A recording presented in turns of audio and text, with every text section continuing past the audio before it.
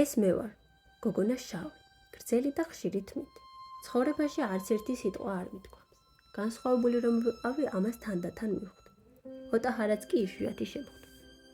ქუჩაში ჩემს სახელს იშვიათად მეკითხებიან. თითქოს ეს არც თუ ისე მნიშვნელოვანია. ისინი ალბათ ხედავენ გოგონას, რომელიც ეთში ხვედებით არის ჩამაგრებული. მე მარიამი ვარ. ეს ჩემი 22 დაბადების დღე. ესენი ჩემი მშობლები არიან. აქ დედი კოზუზი ვარ მუცელში. როგორი ბედნიერია რა? ალბათ ჩემზე ფიქრობს. აი მეც. სულ რაღაც 4 დღის ნიასაფებოს უდარდელა გოგო ვარ. რატომღაც მშობლებმა 26 დღის ვიყავი, როცა მომნათლეს. და ადრიანადვე ფარულ ანგელოზებს მიმაბრძანეს დედამიწაზე ჩამობრძანებულებს. იცით რა? პირველი გამოვლენილი შეტევების შემდეგ წამლები დამინიჭნეს, რამაც ჩემი შეშუპება გამოიწვია. სულ ძილში ვარ. ყველაფერი მესმის, ყველას ხმას ცნობ. მალე ჩემი ძამიკაც მოევლინება ამ ქვეყანას. ირაკლის დაბადებამ იმედი მომიტანა. იმედი იმისა, რომ ჩვენი ოჯახის ევდიან თვალებს იმედიანი მომავალი ამოასებდა. ეს მიხვდებოდით, რომ მამა ჩემია. ამბობენ, რომ გააჭრილი ვაშლივით გავართ. ასე გადავიქეცით დიდ ოჯახად, რომელმაც სარწმუნოების უდიდესი კარი შეახო. დედა ამბობდა, რომ მამა იოანე უფლის გამოგზავნილი იყო ჩვენს ცხოვრებაში. მე და ჩემი მოწყვარი ხშირად საუბრობდით ხოლმე ისეთ ეკალბარდებიან გზაზე, რისი გავლას თითოეულ ჩვენთაგანს გვიწევს. გავიქონე, ამას წინათ როგორ უთხრა მამამ დედას. მარიამივით არავინ მემორჩილებაო და გამეღიმა. ყველას რომ გესმოდეთ ჩემი, ბევრ საიდუმლოებებს მოგყვებოდით. მამა იონეს ლოცვა-კურთხევით დედამ გადაწყვიტა მრევლთან ერთად მოელოცა ეკლესია მონასტრები. ეს ის მარშრუტია, რომლის ერთგული მძღოლების დაყვებოდნენ ყველგან. სწორედ მათთან ერთად მოვლოცეთ ჩვენი ქვეყნის წმინდა ადგილები. ავდარში და არში, წვიმასა თუ ქარში. არც ამინს უშინდებოდით და არც უგზოობას. ხან დედებთან ერთად ვტრაპეზობდით, ხან მამებთან ერთად. პატრიარქთანაც კი ვიყავით ნამყოფი. დროთა განმავლობაში ჩემი შეტევების სიხშირე შემცირდა. თავის ჭერას მოუმატე. ჯდომა ვისწავლე, გავიზარდე და ზოგიერთისგან გასაკვირად ფეხზეც კი ვდგებოდი ხოლმე.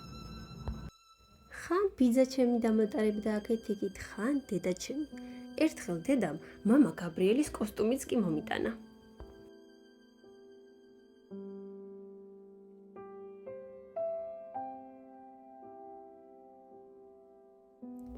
აქ პატარა ირაკლია. აჭრებოდა ხოლმე მზოვრეთის ერთ ბორცვზე და იქ უყვარდა თამაში. ახლა ამ მთაზე მამა იოანე დიდებული ეკლესია აშენა.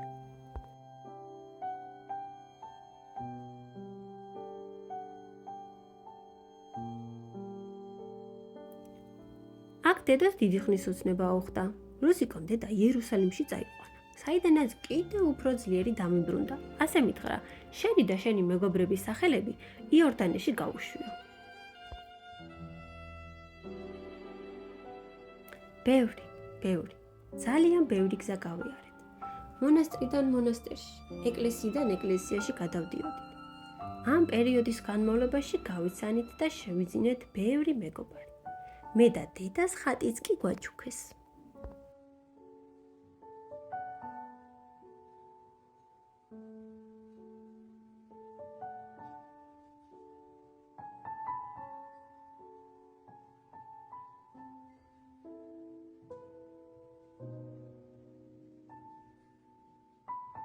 იცით მერე რა? მე დედა და ირაკლი დავრჩით. სამნი, თუმცა ჩვენს უკან მთელი ჩვენი სამყარო იდგა. კეთილი ადამიანებით სავსე, ისეთები როგორებიც არიან: მამა იოანე, მამა ნეოფიტე, დედა ელპიდი, თამაზი, ნატო, ლილი და ბევრი სხვა ადამიანი. დედა ჩემი ძლიერი აღმოჩნდა. გაკვირვებული ვარ მისი მიზანდასახულობით და მონდომებით. ეს ჩემი პირველი სათამაშოა. აქ პირველ კლასში უნდა მჯდარიყავი, მაგრამ სახლში ვზივარ მერხდა. ეს პირველი გააზრებული სადღესასწაულო ტორტია. აქ საქანელაზე პირველად ვზივარ დამოუკიდებლად. ეს ჩემი პირველი ზეიმია. ჩემი პირველი თერაპია ჩვენს პირველ ნაბიჯში. ერთ მშვენიერ დღეს ლიკა და თამილა მოვიდნენ დედასთან დასახმარებლად. ასე დაიწყო დედამ ბრძოლა, ჩემი და ჩემი მეგობრების უფლებების დასაცავად. საავადმყოფოები თანხებს შეზღუდული შესაძლებლობის მქონე ბავშვების ოჯახებს ინფორმაციას, რომელსაც შიშიმო პირთა მშობლები არცოლებენ ჯანდაცვის სამინისტრო შეისწავლის. ვარ გაუკვეველ მდგომარეობაში, იმიტომ რომ თუ ეს გვეკუთვნის, მაშინ ეს ჯარი მშობლების, რომლებიც დგას, რატო იხდიდნენ თანხებს, რატო აქვთ დავალიანება. რეგისტრაციასთან მოქალაქეებმა შეზღუდული შესაძლებლობის მქონე პირთა უფლებების დაცვის კონვენციის აღსრულება მოითხოვეს. ეს აქცია, რა თქმა უნდა, არ არის პოლიტიკური და მიმართულია იმისკენ, რომ შეზღუდული შესაძლებლობის პირთა მდგომარეობა მაქსიმალურად გაუმჯობესდეს და დამოუკიდებლობის ხარისხი მაქსიმალურად გაიზარდოს. 18 წლის შემდეგ შეზღუდული შესაძლებლობის მქონე პირებისთვის, რომლებიც უკვე ზრდასრულები ხდებიან, თითქმის არ არსებობს სერვიზები და ჩემი დედიკოთი ვამაყობ. დედა სხვა მშობლებთან ერთად ადვოკატირებას უწევდა სხვადასხვა კანონ პროექტს, ჩემი და ჩემი მეგობრების უფლებების დასაცავად. ამ დროთა განმავლობაში დაგროვილმა ცოდნამ და мотивაციამ დედას შეაძლებინა და საკუთარი ორგანიზაციაც კი დააფუძნა. ეს ისევ მე ვარ, ძლიერი და მომღიმარი, ზრდასრული და გამოცდილი გოგო. გოგო, რომელმაც ბევრ სირთულეს გაუძლო ცხოვრებაში და ბევრსაც გაუძლებს. ოჯახთან და მეგობრებთან ერთად ხშირად ავმოგზაურობ საქართველოს სხვადასხვა კუთხეში. გარდა ეკლესია-მონასტრების მოლოცვისა, ალბათ შენიშნავდით, როგორი აქტიური ცხოვრების სტილით ვარ დაკავებული. ხან კურორტებზე მივდივარ და სუფთა ჰაერს ვსუდგავ, ხან მზეს ვეფიცხები და ვიტამინს ხარბად ვეწაფები. ხანაც კი უბრალოდ ცხოვრებით გადაღლილს ცხენზე ჯირითიც მომდომებია. ისიც უნდა მოგიყვეთ, როგორ წამიყვანა დედიკომ თავისი მეგობრების ქორწილში. ძალიან კარგად გავერდე. ბევრი ვიცეკვე. თუმცა ღვინის დალევა არავის შემოუთავაზებია ჩემთვის. თუმცა ახლა შეუღლებულებს მთელი გულით უსურო ბედნიერება. უი, ის არ მithქვამს, ხელფასიც რომ აქვს. დედის გამოანგარიშებით დღეში 28 თეთრს გამოვიმუშავებ. მივხვდით, რომ ეს ჩემი გაყიდულით მithაღებული ჰონორარია. დიახ, არ მოგესმათ, ასია ეს. ტადამ! დედიკოს 15 წლიანმა ჩანაფიქრმა შედეგი გამოიღო. ერთის ნაცვლად ორი ბინა მიყიდა. მარიამსაც ხო უნდა კონდეს თავისი ჭერიო. რა თქმა უნდა, ჩვენი ოჯახისა და მეგობრების დახმარების გარეშე ეს ასე არ მოხდებოდა. მე მადლიერი ვარ ყოველი გათენებული დილის, დაღამებული ღამის და ბრძოლის, რომელსაც გამარჯვებამდე მივყავარ.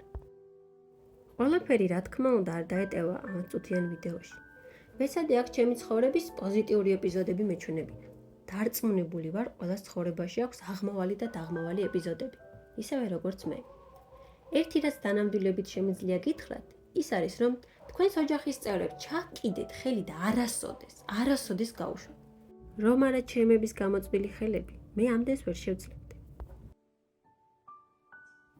მე მარიამი ვარ, გოგონა შავი და გრძელი ხშირი თმით, ბრიალა თვალებით, მებრძოლის სულით. ცხოვრების განსხვავებული სტილით და ოტაჰარათი. ჩემს სახელს იშვიათად მეკითხებიან, არა და ეს ძალიან მნიშვნელოვანია ჩემთვის. ცხოვრებაში არც ერთი სიტყვა არ მithქვამს.